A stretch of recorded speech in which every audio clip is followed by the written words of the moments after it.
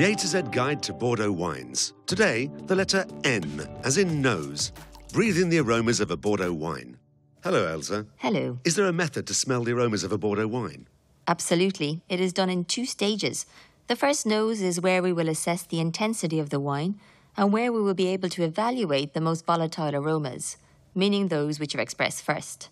Then the second stage is the second nose, when we will be able to oxygenate the wine in order for it to express the least volatile aromas and confirm the intensity of the first nose.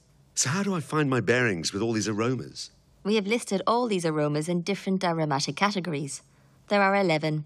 For example, you have the mineral, vegetal, woody categories and the empyaromatic category.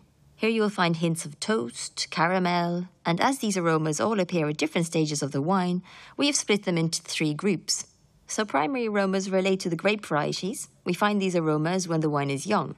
Then, those called development aromas or secondary aromas, and these are linked to fermentation and last for a few years.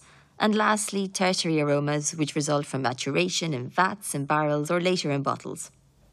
Are there some aromas specific to Bordeaux wines? Yes, for example, when there is a majority of Cabernet Sauvignon, we will find aromas of dark-coloured berries, blackcurrant and spicy hints. Whereas when Merlot is a majority, we will find scents of red fruit, cherry and fragrances of violet. So that's for red wine. What about white wine? For dry white wines, we'll find mainly aromas of exotic fruits, citrus fruit, lemon and grapefruit. Whereas for semi-sweet and sweet white wines, those we call sweet Bordeaux, we will find hints of crystallized fruit, apricot and delicate notes of honey.